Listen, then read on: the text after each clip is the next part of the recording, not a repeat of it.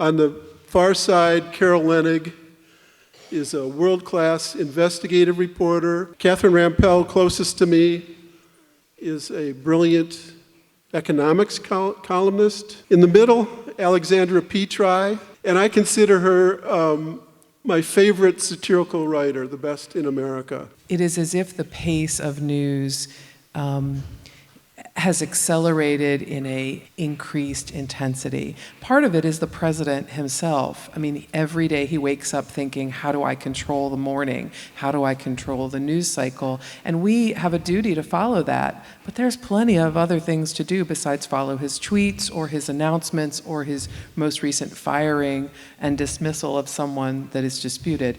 There is a lot going on. I will say one of the big challenges is that I primarily write about policy, and it's always difficult to get eyeballs for policy writing, but it is especially difficult, I would say right now, given that there's always the shiny object, the crazy Trump tweet or whatever, and getting people to focus on what Trump is doing in addition to what he's saying. And of course, what he's tweeting sometimes is sudden new policy, so it's not like they're completely separate realms.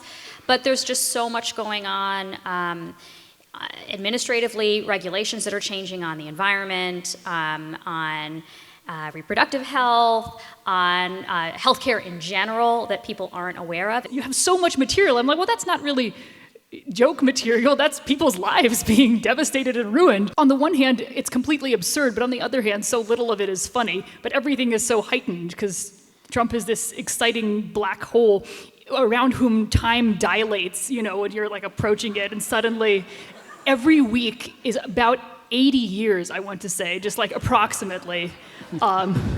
And so you have this dilation of time, and you have all of these people, these best, brightest people, pouring all of their thoughts and energy into what's essentially a vacuum. I know why I got into the business, and I know why most of the people on my team, a political investigative team and Enterprise, we got into it because we thought, you know, it's providing information upon which a democracy can act, upon which a republic can act, if you prefer that sentence. We wanted to have impact by providing that information. And now we provide that information, and a little less than half the country writes to us in diatribes and expletives saying that we are lying about the presidency and we are making things up to try to hurt him and take down the president. For a while, that was disheartening, and now we are moving into the mode of, you know what, we just have to provide the information, and now we have another job in addition to the exhausting pace of this treadmill. The other job is explaining to people how we do our job. If you don't believe that we're gathering this carefully, accurately, truthfully, rigorously, scrupulously, then I'm going to show you. I'm going to tell you how we got the information. I'm going to tell you as best I can, woven into all of the stories, why these anonymous sources want anonymity. I'm going to explain to you the documents we relied upon. I feel like that's a new level of detail that I didn't really have time for, but I'm going to do it because, and my colleagues are doing it, because we can't let somebody or some entity or some political group decide that they're going to ruin our access to providing fact. What is the distracting thing that everybody's focusing on? The entertaining thing, the thing that's easy to understand, it's telegenic, Trump doctoring a map with a Sharpie, versus what else is happening in that episode that actually has a lot of significance in terms of our government infrastructure and our ability to respond to matters of public safety. And so in the case of Sharpiegate, it wasn't just that he doctored the map. Also, we now know, thanks to reporting from my colleagues, that there were orders from the White House effectively to get the NOAA scientists, and in particular the National Weather Service Birmingham chapter scientists, in line, to get them to back down and say, no, no, no, we were wrong, Trump was right, there is going to be a hurricane that hits Alabama. And this is really problematic for a number of reasons, of course, including that this is part of a broader theme within this administration of attacks on expertise, attacks on statistics, attacks on data, that, it's not just about, oh, this is a silly thing that he did, and look how defensive he gets. It also means that it hollows out sort of our infrastructure. If in fact there are people who get fired. In this case, it looked like it was the political appointees whose jobs were at risk. But there have been effective purges elsewhere within the government that have not gotten as much attention. So there's the Economic Research Service at the USDA, which is a small but mighty statistical agency, an independent statistical agency. They produce a lot of data on crop forecasts, on cost estimates, on how we think about managing risk for our farmers. They produce research on climate change, on food stamps, on various other things that are sometimes politically sensitive. And because they have produced research that has proven politically inconvenient, it got the attention of the administration. And the administration decided that they were basically going to purge everyone there by announcing a sudden move of the agency away from Washington, D.C. to a location to be determined. Eventually, it was to be determined somewhere in the Kansas City area, and people had, 30 days to decide whether they were going to either move or lose their jobs. And something like 80% of the people said, I can't uproot my family, especially not on that time frame.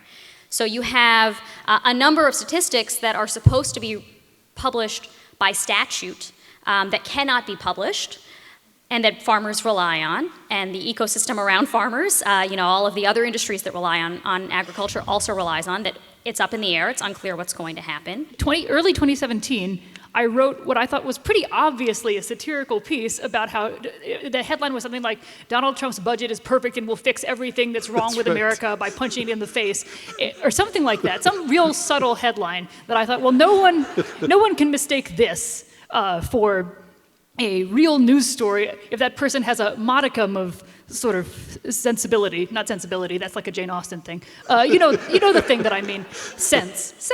And shortly after it published, it got sent out by the Trump administration in their morning newsletter as a example of favorable coverage in the Washington Post. And so I briefly became real news, which was really exciting for me. Because people were calling me up. They're like, how does it feel to be real news? And I'm like, well, this is my dream. But it really was not very subtle. And so now I'm subscribed to the daily 1600 briefing because I want to see, am I going to make it again? Because I keep doing the same headline style. And so far, nothing. And they're all just sad headlines from the Washington Times saying Donald Trump is flawless and has done nothing wrong, which, unlike my headlines, are, unfortunately, I think, in earnest. We had a story, and I had a tip when I was back in the newsroom that the president had dictated this phony statement about what happened at the Trump Tower meeting. And the Times had done such a good job in breaking the fact that that meeting occurred in the 2016 election. But we had a tip that,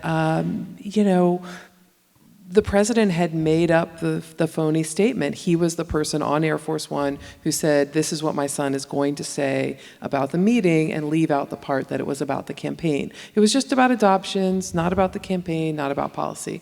So we were chasing this story, and I had really good sources about it. And then another source said, you know what? The president has been talking to lawyers to consider whether or not he can pardon himself. He wants to know, can he pardon his family members and can he pardon himself? So it was part of this string of reporting. Anyway, long story short, in the Clinton administration, in the Bush administration, in the Obama administration, I have been misled. I have been given information that omitted important facts, that spun things, blah, blah, blah, blah. But nobody's actually directly, factually lied. The day we went with this pardon story, meaning we went to the White House and asked them for their comment, they absolutely 100% directly lied. And I said, whoa, to my team, we can't publish the story. The president basically said this is false. And everyone looks at me like, are you out of your mind? Welcome. I'm like, no, I'm not comfortable. We go to more sources.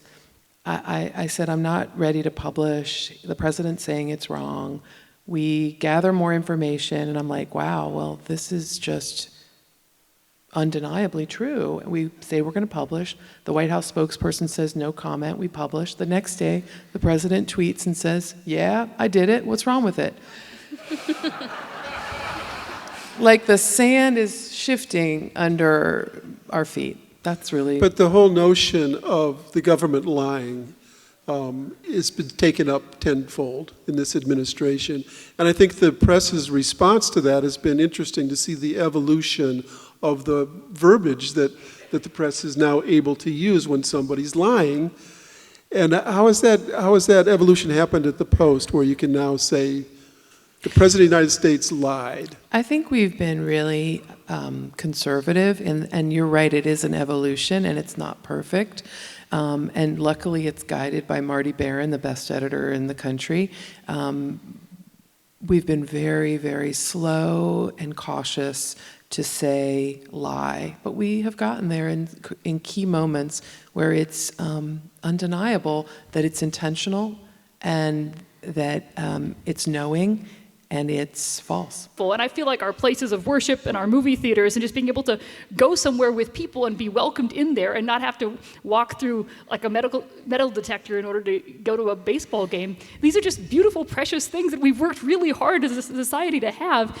And those are the things we'd rather give up instead of thinking, can we have a more sane attitude towards guns? Even though the majority of people want to have that and have that more sane attitude. So it's just incredibly frustrating. The kinds of, the sense of urgency, the sense of fear that Alex was just talking about, it's out there. It is something that the Republican Party has captured. They've just sort of redirected it into other realms, right? The things that we should be afraid of are socialism, are immigrants, are the Muslim hordes, These are the things that we're supposed to be afraid of, whereas the actual things that are threatening American lives, nothing we can do.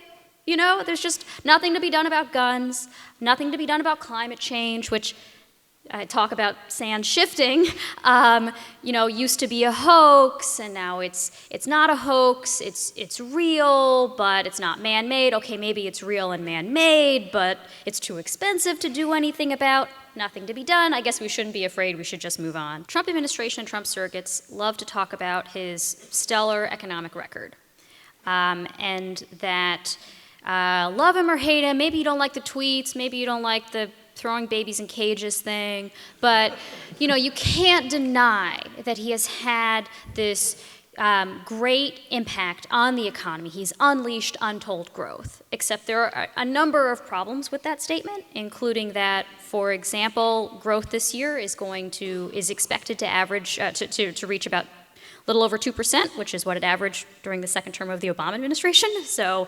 woohoo, we spent $2 trillion in tax cuts to get us to exactly where we were before. What is the actual evidence for this claim that Trump's policies are so great for the economy? I mean, this audience, I'm sure more than most, knows about the destruction that his trade policies, for example, have wrought for farmers, for manufacturers, for retailers, and others.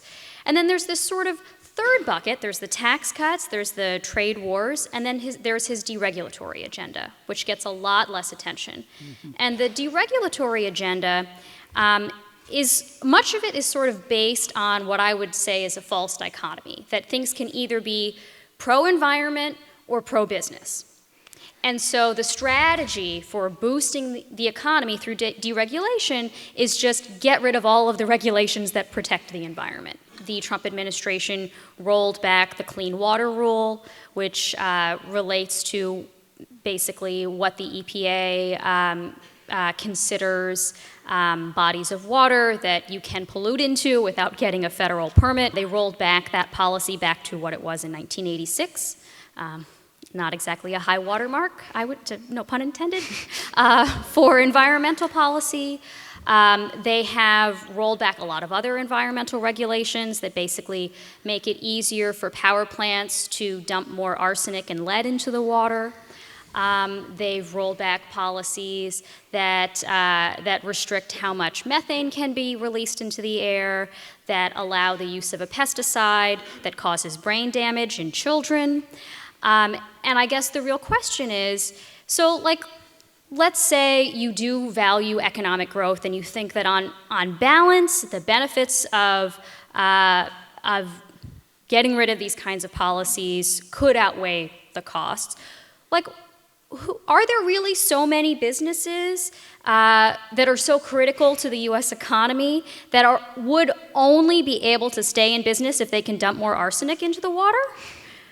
You know, like it's hard to imagine that the kinds of policies that we're talking about would, even if you minimize their costs, would have the ability to unleash this untold economic growth. And we're almost getting to the point where like the companies aren't even asking for this. They're like, here, do you want to be able to hire children as chimney sweeps? They're like, no, we don't want that. That's from like 200 years ago, like in California. Yeah, like exactly. That's what we say. So what is it? What's the purpose? To have a brag sheet? What's the goal? I think some of it is, again, they think like, if it's bad for the environment, it must be good for business, even though there are businesses that are saying otherwise. In the example of the cafes, car industry. The car industry, right? The car industry said, no, please don't roll back your fuel efficiency standards. It's going to cause a lot more uncertainty for us. They made a deal with the state of California. And now the Trump administration is basically weaponizing the Department of Justice to try to get an antitrust investigation against the car industry. So, you know, the businesses that they allegedly want to help are saying no. There was a similar example with the mercury rule, I want to say. And there was another environmental, I'm trying to remember, the methane rule. And they renamed the methane something fun in like they put out something being like, it's particles of freedom. And I'm like, this is very Bush era. But it was still...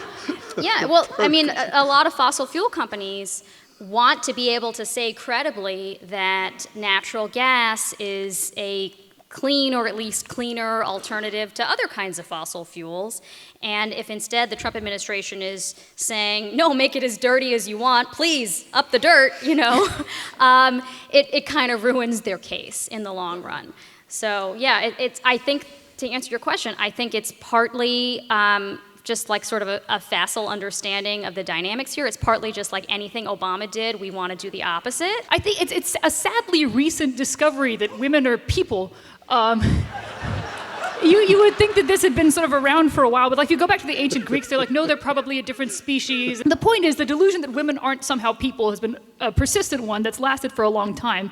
And I think one of the positive things of being alive now is that suddenly people are looking around and be like, man, things are bad now. And it's like, no, historically things have been bad for a very long time. And we've been sort of sitting on them and be like, well, we fixed it. There's all these things that we sort of thought, I'm like, well, growing up, I was like, well, maybe we fixed feminism in like the 60s, the 70s. There was some point where they just fixed it. They did it, and I could just be anything I want to be.